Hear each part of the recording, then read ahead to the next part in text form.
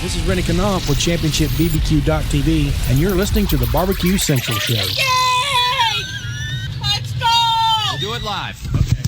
Well, do it live! I'll write it and we'll do it live! So to get that perfect barbecue, you use wood. Are you sure it's safe? Whatever.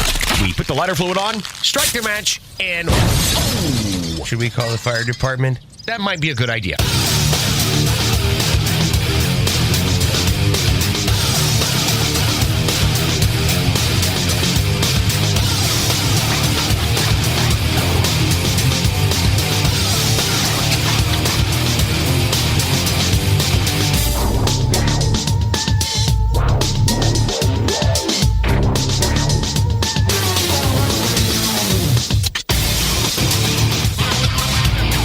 And welcome to the really big BBQ Central Show. This is a show that talks about all things important to the world of barbecue and grilling.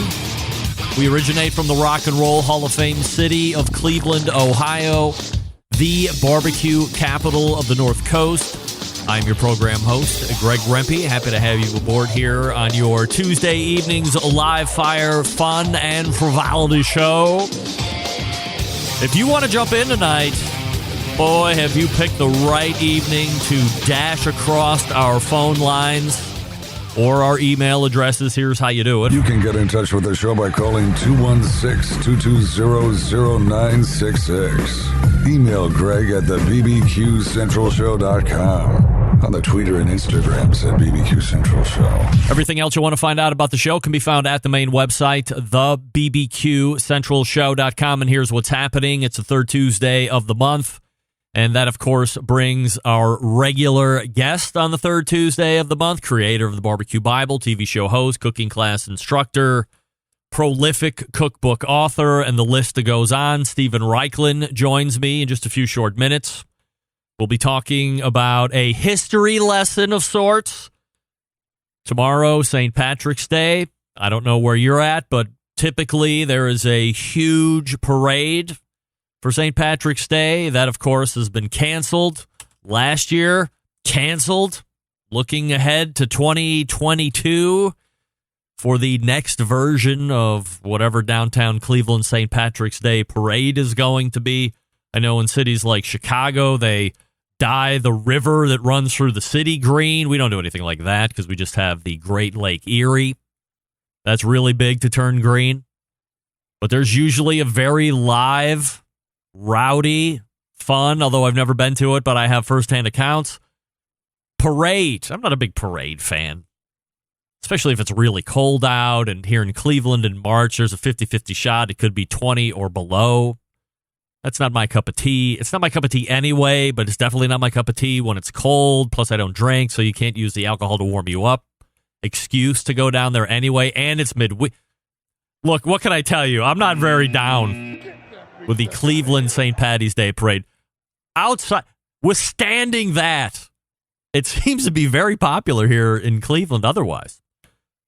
But it's not happening, so we'll hopefully get a history lesson from Steven Reichlin about corned beef and about pastrami and about why we correlate those two items with St. Patrick's Day specifically. And then, of course, we will get into the nitty-gritty about how Steven likes to do corned beef and then how he likes to do pastrami. And gun to head, if you were at Katz's Deli and you had to pick between the corned beef sandwich and the pastrami sandwich, which one would he choose and why? Plus some other items as well, to include dishes you need to be cooking in March, and we're halfway through it for crying out loud, so you're going to have to race through the list in order to be current before the new list of what you should be doing in April comes out. After Steven, we will be joined by show sponsor, a world championship steak cook himself, and the creator of some of the most popular rubs and sauces and marinades and injections and soaks out there on the market. Kosmo from Kosmo's Q rejoins the show. That'll bring the first hour to a close, and we'll move to the second hour, as I had mentioned just a few seconds ago, as Kosmo was a world championship steak cook 6 years ago, if you can believe it. This past weekend, the Steak Cook-Off Association held its 2021 World Championship. And wouldn't you know, I happen to line up first timer to the show and your newest SCA World Champion, Marissa Overson. Gang, would you be shocked to hear college student Marissa Overson? I'm not saying that college students can't cook. When I was in school, I figured that was the only way I was going to be able to pull women. I didn't have a very good rap. I'm not overly handsome. A number of things working against me, but I thought, hey, if I could cook, I might have a shot over and above some of the really handsome, muscular men. So that's where I really started to get into the charcoal cooking and all that good stuff. With my buddy Brandon, who was more the inside cook, we thought we could mix our skills together and have ourselves a time with the ladies. Didn't really work out that well, but that's where my spark of live fire came from initially. Fostered, of course, by my cousin Glenn, who we give thanks and praise to every time I'm asked about it. So we'll talk to Marissa about college life. We'll talk to her about winning a world championship this past weekend, what that means to her and perhaps her inspiration of a new generation of female competitive steak cooks and male competitive steak cooks, for that matter. Just doesn't have to be female. And what she has planned for the rest of 2021, if she'll be going for Team of the Year, by the way.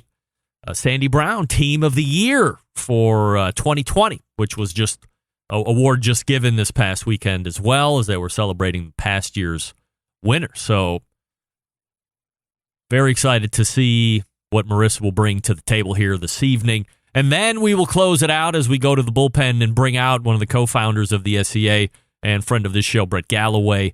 So we'll get more of a corporate perspective of this past weekend and talk to him about how things went last year, how they recovered, because perhaps I painted a incomplete picture. So he will complete it for us, and then we'll also talk about what 2021 is going to look like, all that fun stuff. So 216-220-0966, phone call if you want to jump in, Greg at the BBQCentralShow.com. You can follow me on Instagram, Twitter, TikTok, and Snapchat at BBQ Central Show. Facebook and Twitch /BBQ Central Show for a video feed. Also, you can find one this week. It's back up /RD Rempe on YouTube. Here we go. A BBQ Central Show exclusive news update. Greg Rempe reporting from the breaking news desk here in Cleveland, Ohio, the city that breaks all of the breaking news across the land. And I'm excited to tell you that because the governor of Ohio seems to be doing an outstanding job, I guess, as it relates to the COVID-19 pandemic, yours truly has been locked in March 29th at 3 p.m. to get his first round of vaccination. That's right. There's actually a mass vaccination center that is being utilized through the Wolstein Center on the campus of beautiful Division I school, Cleveland State University.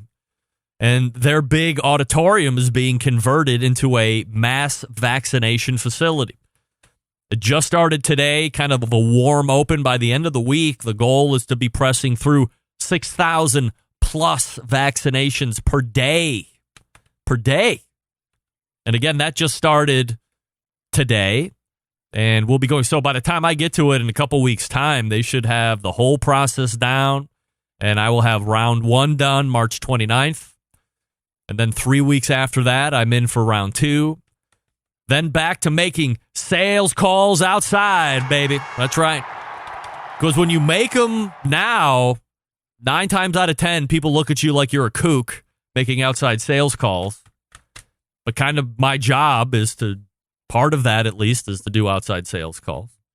You really get some weird looks. By the way, at the end of this month here in Cleveland, or Ohio in general, 16 years of age and older will also be able to get vaccination. So while some cities are struggling to get all of this logisticalized, which I don't believe is a word at all, here in the Rock and Roll Hall of Fame city, we're going to be going down to the Wolstein Center. They're going to be doing 6,000 plus per day by the end of the week. And I am locked in for March 29th, so look out. Full vax by the time the middle of April rolls around, so looking forward to that. Listener feedback from the show last week, Jeff in Ohio. Greg, catching up on the podcast from Tuesday's live airing. I thought Meathead had an especially great 2 segments. However, maybe you should dial back on the creep factor when referencing Kent Rollins' wife as young and beautiful.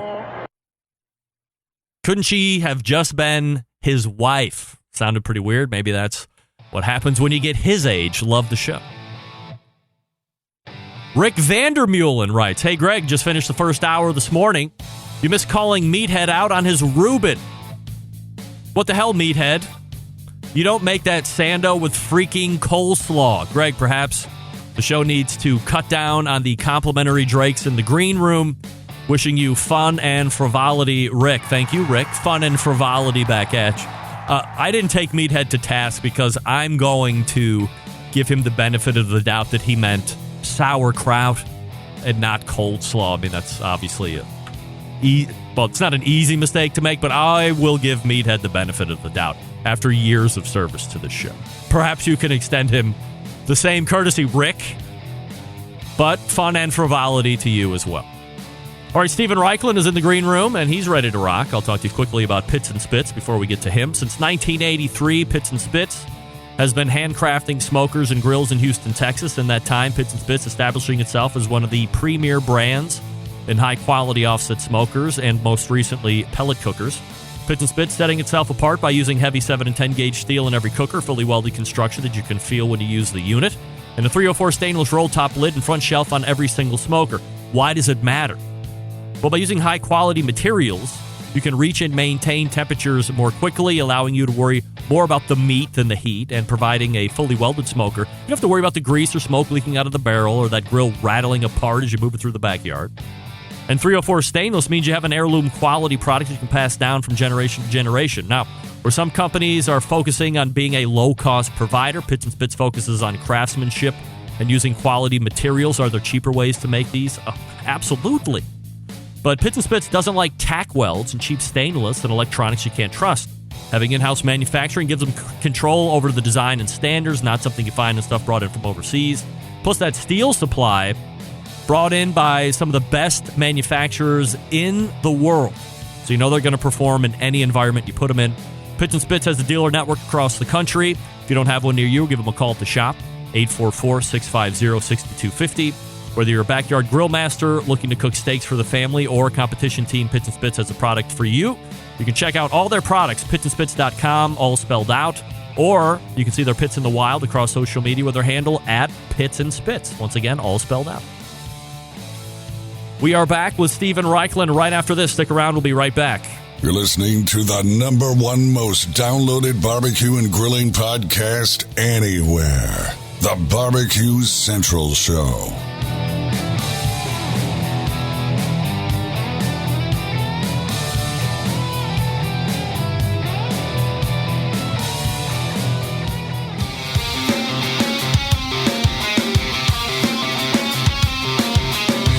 Broadcasting live from the BBQ Central Show studios in Cleveland, Ohio.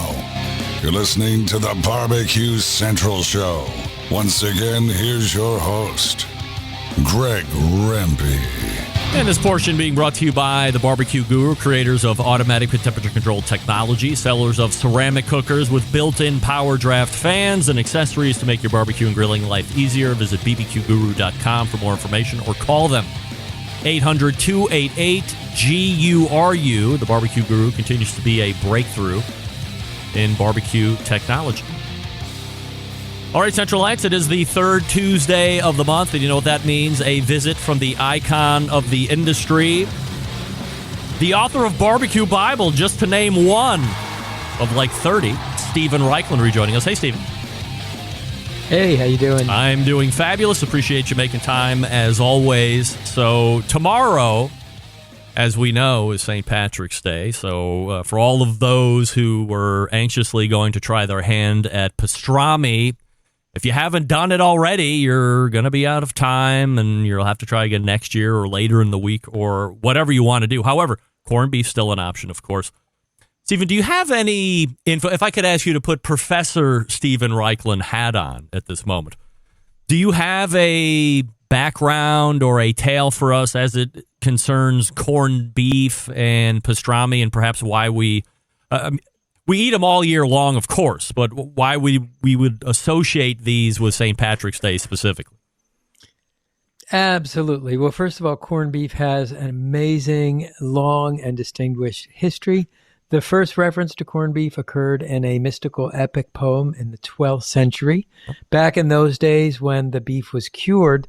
And remember, for 99% of human history, there was no refrigeration. So any way to preserve meat, keep it from spoiling, was considered extremely valuable. Well, the early Irish found that if they burned seaweed, they would get a curing salt, basically, that they could use to cure meat, and that was the first corned beef. Our word corned beef comes from barley corn being a grain, like a kernel of barley or kernel of corn, because when the meat was salted, it would be salted with this, what we would call rock salt these days, what they use on icy highways to keep ice from forming. Ireland was a big beef producing country for the English, who took over Ireland also in the 12th century.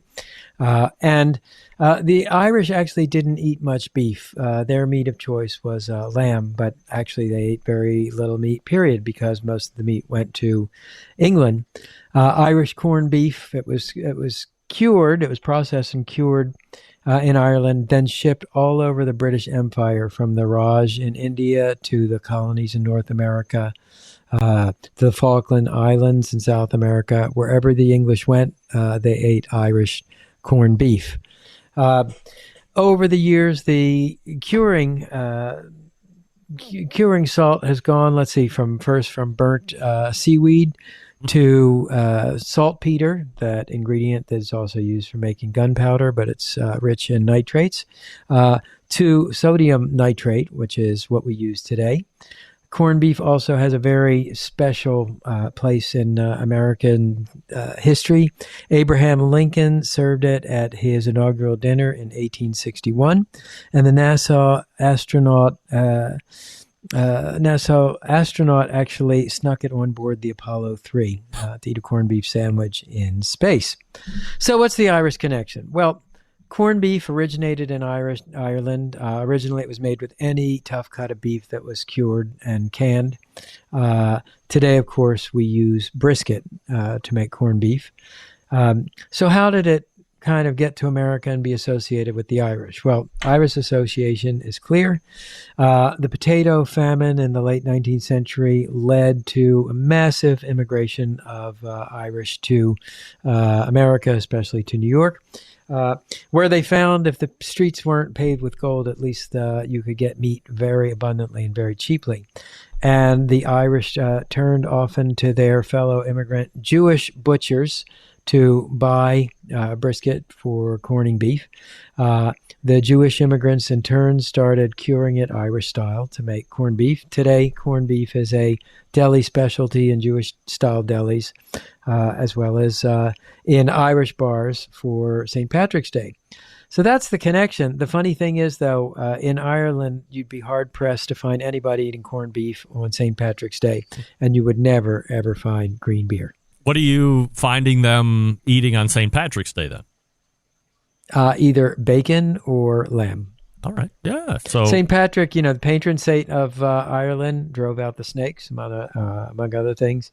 But it's a fascinating story because it shows how one food travels from one country to another country, old world to new world, acquires cultural baggage, acquires stories, cultural associations as it goes along.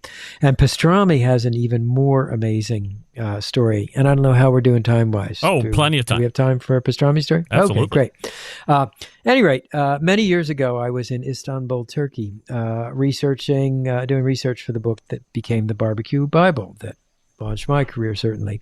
And at a spice and meat market in Istanbul, I saw these sort of giant arm-length strips of, I didn't know what it was. It was kind of, I guess it was meat crusted with spices hanging from the rafters, curing. I asked, what was it? They cut me a slice, and it was very salty and very spicy and a little bit garlicky. And I asked, what is it? And they said, it's basturma. Basturma. Well, basturma turns out to be a popular cured meat throughout Turkey and the Middle East, where it can be made with camel, it can be made with goat. At the height of the Ottoman Empire, where the Turks pushed as far west as Vienna and took over all of Eastern Europe, they brought basturma to countries like Romania, where the local Jewish population really got into it, added the garlic, because after all, that was Romania. At that point, it was called pastroma or pastrama. The B had changed to a P. And the Romanian Jewish immigrants who left Romania brought basturma to the Lower East Side, New York, where the name changed again and it became pastrami. So what's the difference? Both corned beef and pastrami are brine cured with sodium nitrite to turn it that luscious, lurid pink, give it that rich umami flavor and the kind of iridescent sheen. Corned beef is then typically boiled and sliced and served either hot or cold. Pastrami is crusted with spices, smoked, so it's actually cooked a second time after boiling, and then it's steamed to tenderize it, and then it's served either hot or cold. And I tell you, I just had dinner, but I'm getting hungry talking about all this stuff. No doubt about it. And we thank you for the history lesson on both corned beef and pastrami. So the obvious question is, if we were both in the city behind me here at my fake landscape, we went to Katz's Deli, are you getting corned beef sandwich or are you getting a pastrami sandwich? You're getting both. And you can even sit at the table where Meg Ryan did the that infamous orgasm scene. Yes. Apparently people do that all the time. I was going to say, does that happen? Yeah, it really does. I go into all this in my last book. It was called The Brisket Chronicles, which came out, seems like a million years ago, pre-COVID certainly. Brisket's one of those meats that, you could tell the whole story of humanity just through brisket. Could one make a claim if real pastrami is smoked, even though you're boiling it and maybe steaming it for a reheat or to finish cooking, depending on how you're doing it? But could one make an argument that Katz's Deli is the longest continuously running barbecue restaurant in the country? Yes, very much. There's a sort of debate as to who first served pastrami. I don't remember the gentleman's name offhand, but it was a Romanian immigrant who stored some luggage with a butcher friend of his, and to thank him, supposedly gave him the recipe for pastrami. This butcher actually created pastrami, and then he realized he needed a brand new dining venue to serve it, so he created the delicatessen. And there are 3 or 4 early families that kind of claim parentage of pastrami, Katz as being one of them. Do you have a particular favorite recipe for one or the other or both? Well, Brisket Chronicles, those are my favorite recipes for corned beef and for curing your own corned beef and smoking your own pastrami. I also love the Montreal version, which is called smoked meat. Even in French, they call it le smoked meat. Couple of key differences between pastrami and smoked meat. The flavorings are a little bit different. The carve is different, but that's pretty fabulous. Corned beef and cabbage. I have a great recipe for that, and sort of the secret is at the end you take that wonderful broth flavored with the corned beef and the cabbage, and you whip some butter into it, and then you pour that over the cabbage and corned beef. Pretty amazing. From a brisket, when you're just starting out in this whole curing process, do you want to do a whole brisket, or is it prefer with flat or point? For corned beef, typically people use the flat.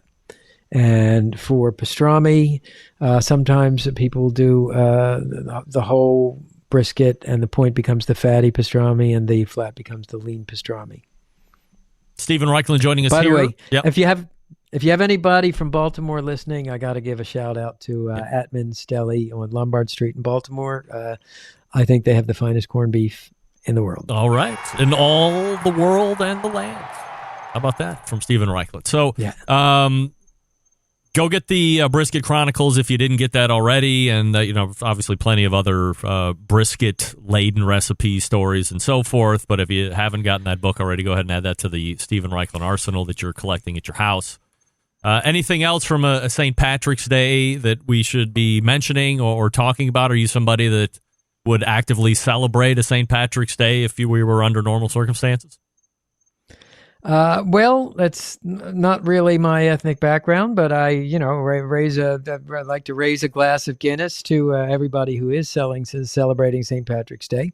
It makes me think actually of a recipe in, I believe it's in Project Fire, and it's in Man-Made Meals, as a matter of fact. And they are beer brownies that are made with Guinness Stout. So maybe that's your dessert. What we did with in Project Fire one year is we took the beer brownies and then we made s'mores with them we started doing it on a salt slab, but that exploded because it was so cold out when we opened the grill lid. So instead we did it on cedar plank. There you go. Those little backstories to the taping of TV. Yeah, appreciate the insight on that. Of course, we always love the pulling of the curtain so we can see what's happening in production and so forth. One of the other things I wanted to ask you about or kind of get those continuing monthly updates is BBQ University, very popular. I've talked to a number of folks that have attended over the course of the year. Some of the folks I talked to have gone multiple times. What are we looking at this point in March? Yeah. So BBQ University will take place over the Father's Day weekend in June. I think June 17th to 20th. We have a new home for the school. Actually, we did it last year, but we're returning this year. It's called Montage Palmetto Bluff in Bluffton, South Carolina. So in the heart of the Carolina Low Country. It's on the May River. Absolutely stunning location. And I always try and tailor, the BBQ universities to the locales where I'm teaching. So here, Low Country seafood will play a big role. We've got 30 or 40 grills and smokers we'll be firing up. It's super fun, and you can get information on that on my website, BBQBible.com. Is there any info going on with Project Fire 3 that you can pass along? Yeah, Project Fire 3 will actually be launching the third week of April on public television. We are through about half the shows. When I say through, we taped back in September at a socially distanced and COVID safe set. So you'll see all the crew wearing masks. It takes about a half a day to make a 30-minute show on a good day. And it takes about 2 weeks to edit that material down to a 30-minute show. Oh. And in that process, I'm reviewing footage. I do voiceovers. I actually do them right here at this desk. We edit, we shorten, we tweak. After we have what's called a final cut of the show, it goes to Maryland Public Television where they do sound correction and color correction. So, if this looks a little washed out when you see it on your TV set, it will be bright, vivid colors, and that's what those guys do. All right, so we'll be looking forward to that coming really in just a few short weeks, more or less. And that's couple months, yeah. Public television. So we'll be on the lookout for Project Fire 3. Oh, my gosh. I'm sorry. I thought you were talking about BBQ University. You are right.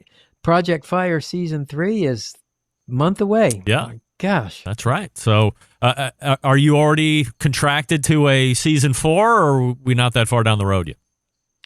Well, we're doing planning for it. We like to get one show sort of out before we start thinking about the next. But you know me, I've always got 16 projects going on at once. And so we were definitely thinking about Season 4. Stephen, one of the blog posts that was on most recently was the 8 recipes to grill or smoke in March. And I love when you put these out. So as I was scanning through a couple of these, I wanted to ask you about them. Number 2 on the list was smoked shrimp corn chowder. And, Ooh, I'm a huge soup guy, but I don't make a lot of soup because, like, I guess it's like a lot of things with me. I like a lot of things, but it's just, like, not on the top of my mind, so I'm not thinking about during the day, oh, I got to make a chowder, but I really love chowder. I like New England clam chowder. I like the red and the white. I like a whole bunch of other different kinds of soup. Tell me about the smoked shrimp corn chowder, because this one looks really good.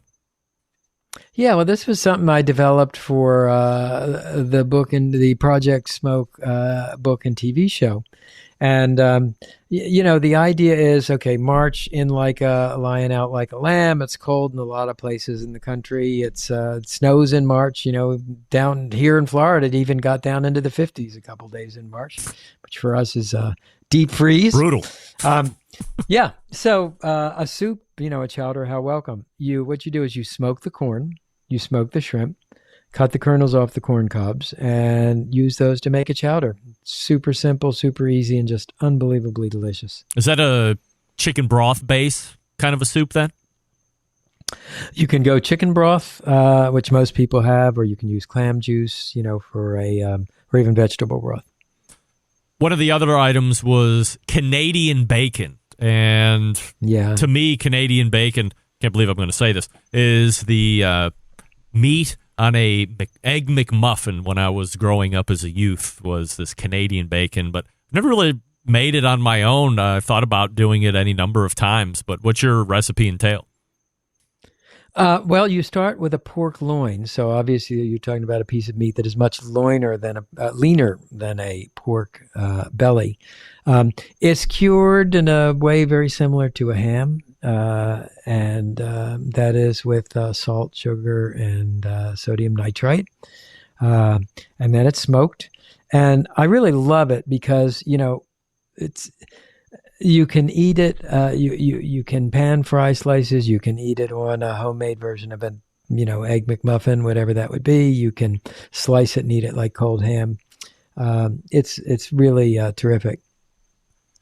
The last one I wanted to ask you about is the Tuscan grilled polenta and vegetable platter. Certainly, we can use our imagination with vegetable platter. But for the folks that maybe haven't broached the polenta bridge ever, or perhaps it's been a while, tell us a little bit about polenta and how you want to buy it and then grill it. Sure. Well, polenta is basically Italian cornmeal mush. It comes made with white corn. It comes made with yellow corn. In the old days, it would take a grandmother standing over a pot for 45 minutes, boiling this thick, scalding napalm-like substance to cook the polenta down until it was thick enough to hold together. And then you turn it out onto a baking sheet, let it cool, cut it into squares or circles, and grill it. Today, you can actually buy polenta already cooked ahead of time. It comes in a tube, almost like a cookie dough tube. Cut it into slices, brush it with oil. It's great for grilling, even better for cooking on a plancha. And is the polenta in a tube quite as good as what an Italian grandmother would make? No. But is it, once you grill it, is it pretty fabulous, especially if you top it with grilled mushrooms or grilled vegetables? Yeah, it's pretty awesome. By the way, if polenta sounds too esoteric, if you like grits, you can cook grits really thick, spread the grits on an oiled baking sheet, let it cool, cut it into shapes, and grill it. That is awesome too. Well, I would tell you, and I'm, you know me and my broad or lack of broad food palate. I eat polenta on the regular. I grill it. I eat it just as, just kind of soupy, or that kind of thick soup as you were mentioning before you would cool it. So I love it in all different ways. So definitely give that a try. You can get the recipes over BBQBible.com, and you can see Stephen Reichlin right here on the third Tuesday of every month. Stephen, always appreciate the time. Thanks so much for doing it. Thank you so much. You do a great job. I look forward to this show every month. So thank you. All right. Bye, everybody. Thanks, Stephen. There he is. Stephen Reichlin right there, coming in every month as he does, saying that he looks forward to it. Good for... Wait a second. No. Good for me. Thank you.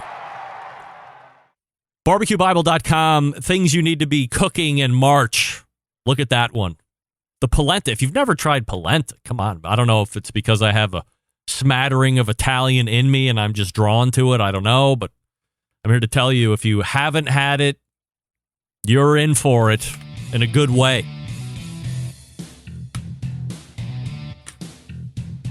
Kosmo from Kosmo's Q will be joining me in just a few short moments. Plenty to talk about with Kosmo. Everybody loves Kosmo.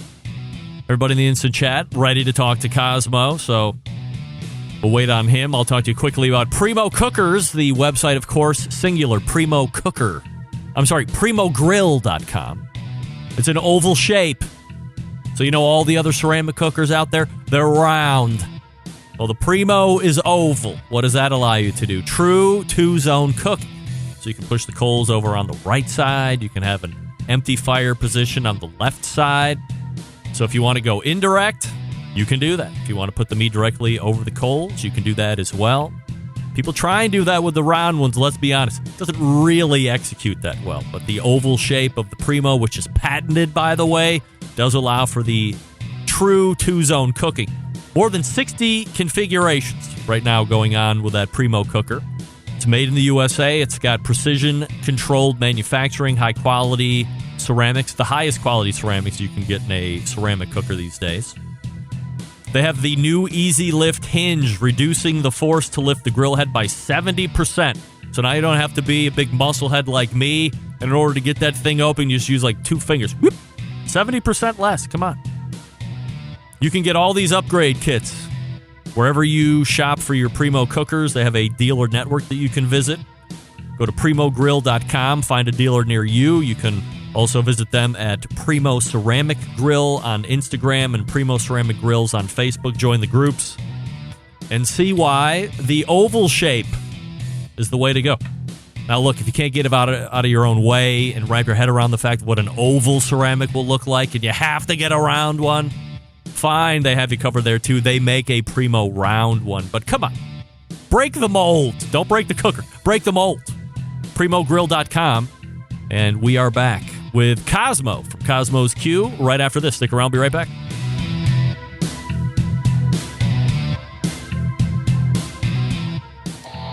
Howard Stern, Jim Rome, Dan Patrick, and Greg Rempe. The Mountain Rushmore of talk show entertainment. Now, let's get back to the BBQ Central Show. This portion of the show being brought to you by cookinpellets.com, your number one source for quality wood pellets for all your pellet-driven cookers. You can visit cookinpellets.com for more information or to purchase. You can also go to amazon.com and purchase there as well. Whatever you like. Hey, my next guest creates some of the most popular rub sauces, marinades, injections, and soaks on the market today. He's also a barbecue competitor, world championship steak cook underneath the belt too. We race back to the hotline and welcome friend of the show, Kosmo from Kosmo's Q. Hey, Kosmo. Hey, what's up, brother? How are you, man? I am pumped and ready to have you back. Looking forward to the conversation here this evening. So, you know, before we get into 2021 talk, we had you on towards the end of last year. No reason to cry that you're back on the show. We're just happy to have you here for sure. How did 2020 end up for you guys? I mean, I know a lot of folks that were in the... It seemed like even the restaurant folks did pretty good if they could make the pivot, but charcoal and grill manufacturers and anything ancillary to that regard seemed to be doing perhaps better than they ever have, or at least in recent memory. So how did Kosmo's Q as a business finish up? Well, we finished up pretty well. It was, you know, it was kind of the perfect storm. We were ramping up our team in 2019 to get ready for 2020, not knowing what was about to take place. And oh my goodness, man, it hit us like a freight train in a great way. You know, you kind of feel a little bit guilty when your business is doing well and you see others hurting. But, you know, sometimes, you know, this is why they call it business, though, right? Yeah, that's why they call it business. You know, it is what it is, man. It is what it is. But yeah, we finished up really well.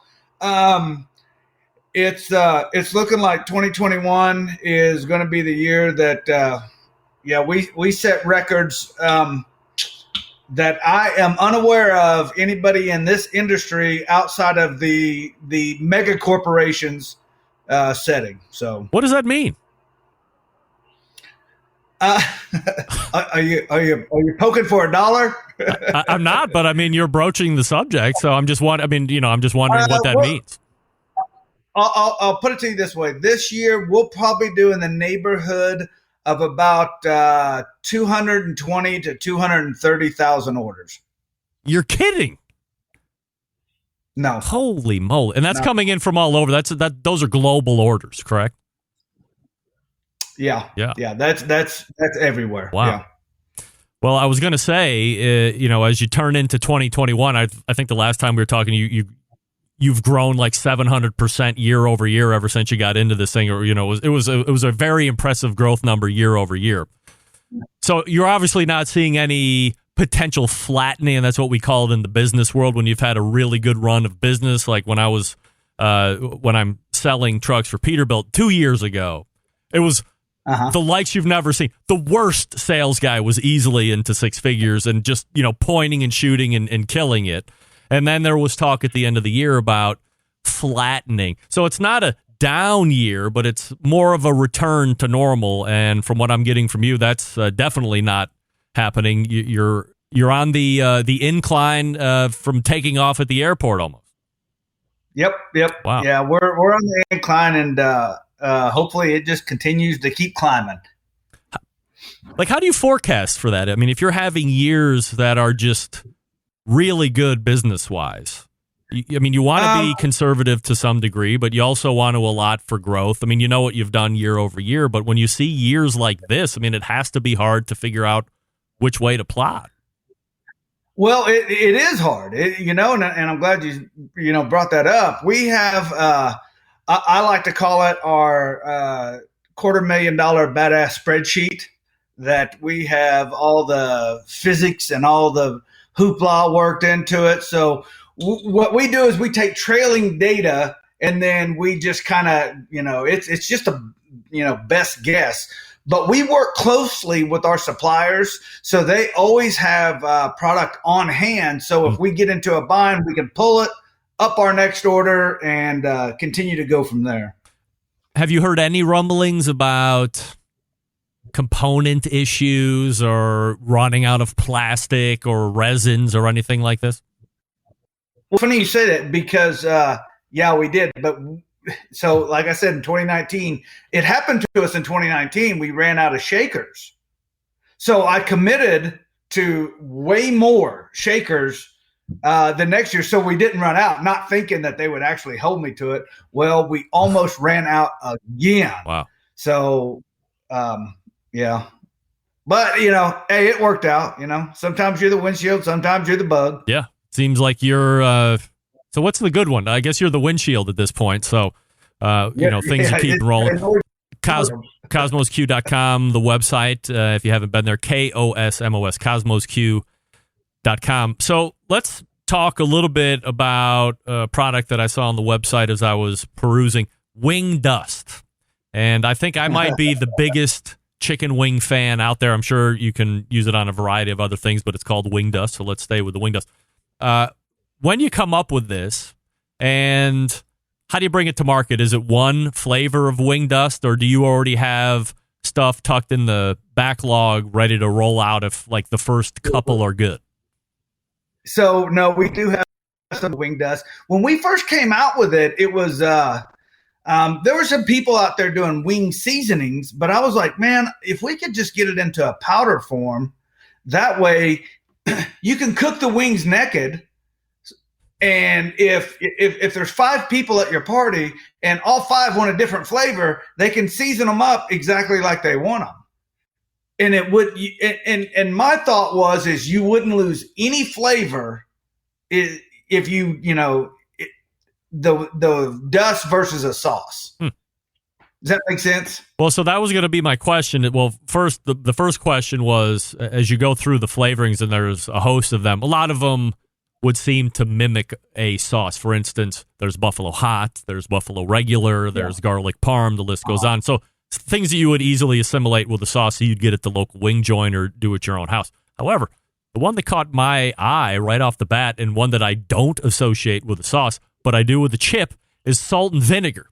So who came up with that one? Because the more I thought about it, I was like, man, there is no way that salt and vinegar wing dust wouldn't be good on a chicken wing. It is phenomenal. Yeah. Absolutely. I can't even explain to you how good it is. And I'll take it even a step further. If you want to get some French fries going with them wings, yes, hit them French fries with that salt and vinegar, man. Yes. Holy moly. I'm going to tell you right now, that's life. And it just so happens that is our number one seller, backed up to garlic parmesan. Wow. So you would use these in place of a sauce? Yes, yeah, and the great thing is we're finding out because our fans out there, they take pictures, they post them, they tag us on social media, and somebody's like, "Oh my gosh, did you try this on popcorn? Oh my gosh, did you try this on grilled vegetables? Oh my gosh, did you try this in a stew?" And I'm like, "Oh my, it just wraps your head in a completely different way. They are virtually good on anything that you think that flavor would be good on." I had a friend take the garlic parmesan and he took some biscuits and cut them in half and made some bread knots, cooked them halfway, pulled them out, brushed them with butter, and then hit them with that garlic parmesan powder. The best wings, the best garlic knots I've ever had in my life. Period, hands down. It's funny that you're a manufacturer, and I'm not saying that you're in a box, but when you're devising a product, you're focused on how you think you're going to bring it to market and what niche this is going to serve. And then it's released and everybody else gets their hands on it. And they're like, oh, yeah, that's great and all. But all of a sudden, they're bringing you back 30 and 40 different things, and it's blowing your mind. It's really got to make you feel good that you're bringing a product to market that isn't only serving the niche that you wanted it to, but it's covering a vast landscape. Yeah, and one that shocked me the most, I actually did a video on this YouTube channel. It's probably been 4 years ago. I've remade it once or twice since then, but I as a joke, for YouTube, because it's all about the wow factor. I did ghost pepper ribs. And I cooked the ribs, and I think I just used Dirty Bird on them. But when I pulled them off, I hammered them with our ghost pepper wing dust and put blue cheese on them. Really? I'm going to tell you right now. Dude, me and my boy Matt at the shop punched a rack down like we just got out of prison. It's phenomenal.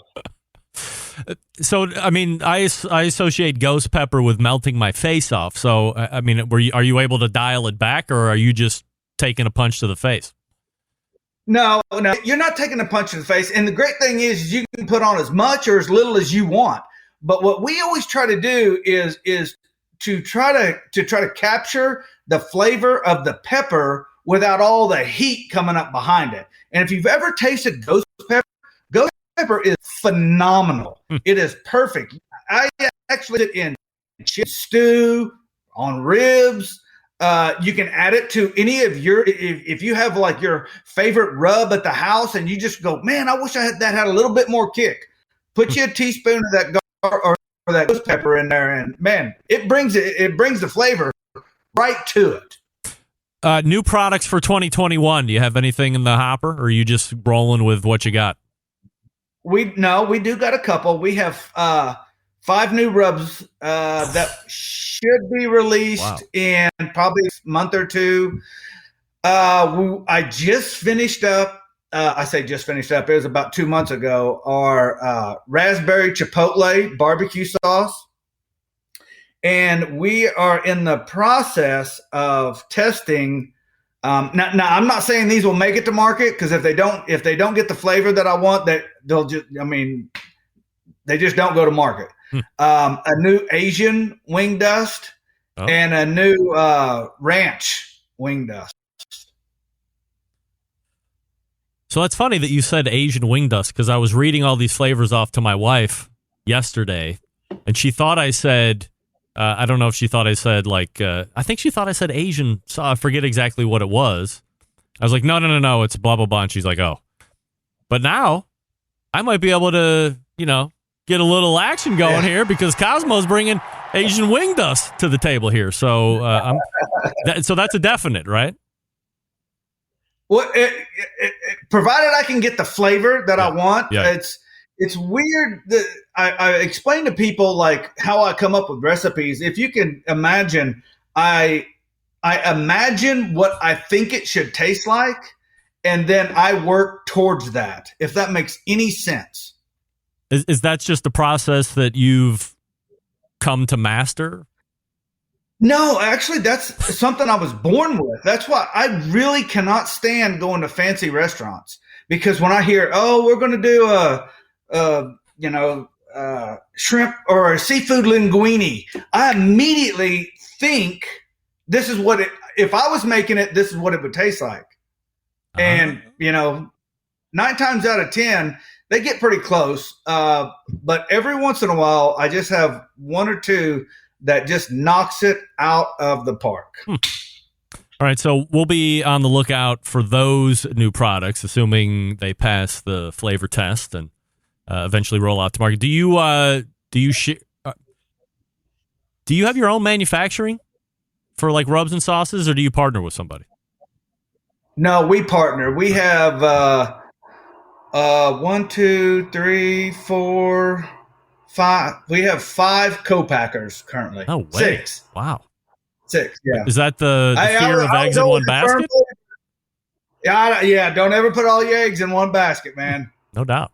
Kosmo joining us here from Kosmos Q, kosmosq.com, the website. In at least a recent YouTube video that I saw, you made a reference as it related to sous vide. I'm paraphrasing here. A lot of restaurants that you eat at already get their food done like this. And I was like, baffled. So the reporter in me asks you this question. How do you know that to be true? I've been told that. I've been told that by chefs. They're getting it Now, cooked to a certain temperature, and then they'll finish it.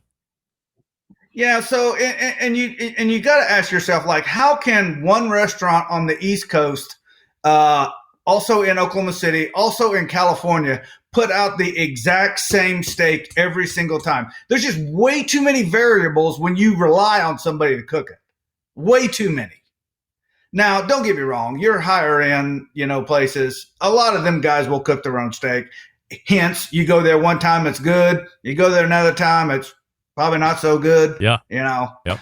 But yeah, when I found that out, I about shit little green apples, because I was like, but it kind of makes sense though, because if you're hiring somebody that, doesn't cook, 100 steaks a day, like you got to have a process in place with a timer,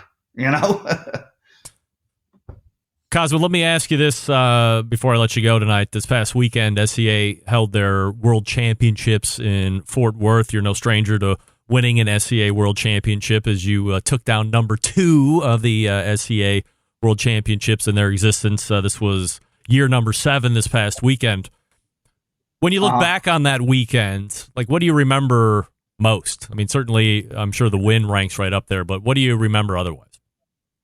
Yeah, the wind. It was windy, but I tell you what, man, that sport has grown so much. I didn't realize it's been 2 years since we cooked the World Championship. They didn't have it last year.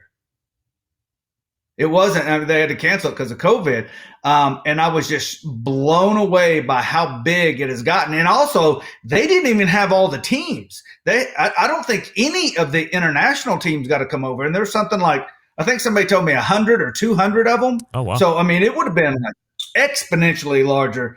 But the sport is alive and well and growing. And some things have changed that I wasn't aware about until I was almost done cooking my steak.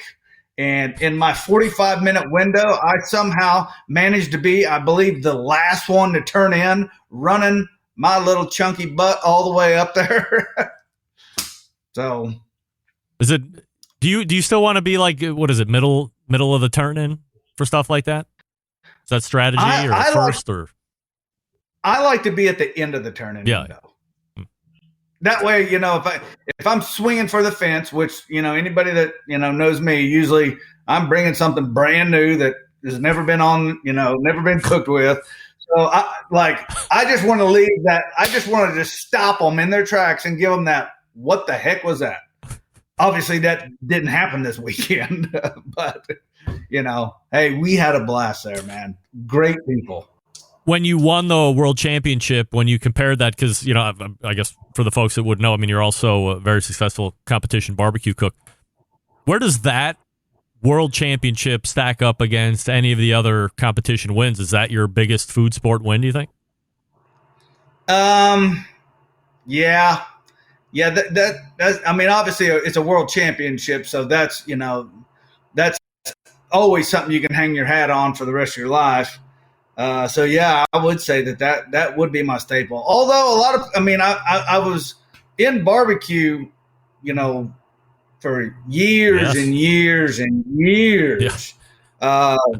So, that ranks up there. I probably the year that I was at the Jack Daniel and came in, I think it was 10th overall in the world. That was pretty big too.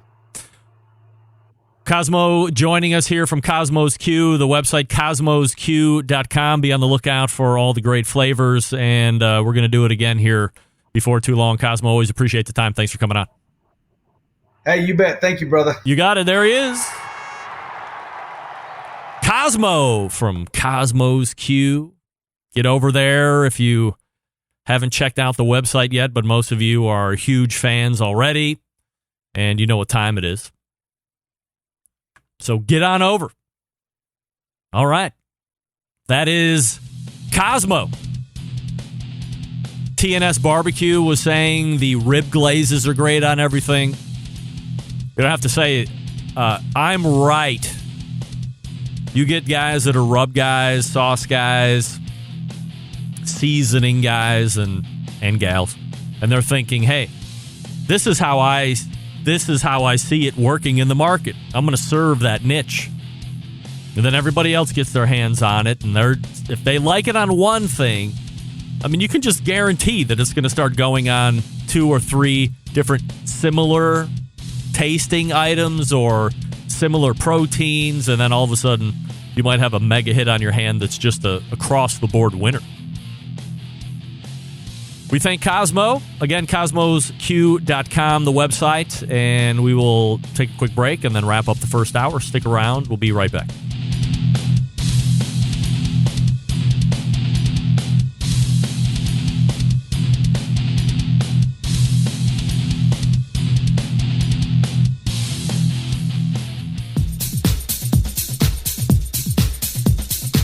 Happy to have you aboard here for the really big barbecue show. Boing.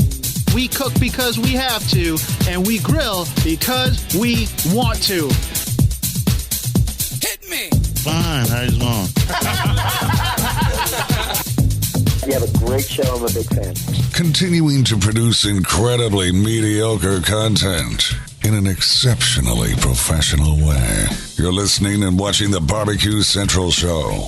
Once again, here's your host, Greg Rempe. That was bizarre. The whole second hour intro just dropped in on me like that. Apologize for that. Anyway, we thank Kosmo for joining me last segment. We also thank Stephen Reichlin for joining us the segment before that. BBQBible.com is Stephen's website, and KosmosQ.com, KOSMOS, the letter Q, and that's Kosmos with a K, as I said, KOSMOS. I'm going to take part in the salt and vinegar wing dust, because I'm a big smoke-roasted chicken wing guy. I would venture to say that my homemade Anchor Bar wing sauce from the Anchor Bar's recipe originally goes exceptionally well with the smoke-roasted wings, the whole wings. Cut the tips off, but I keep the drum and the flat together, just a little slice near the knuckle there to spread them out a little bit. Then away we go. Use the Green Mountain Grill, 350 degrees, 375 degrees smoke roast. All right. Refresh libations, and we'll be back with the second hour. Stick around.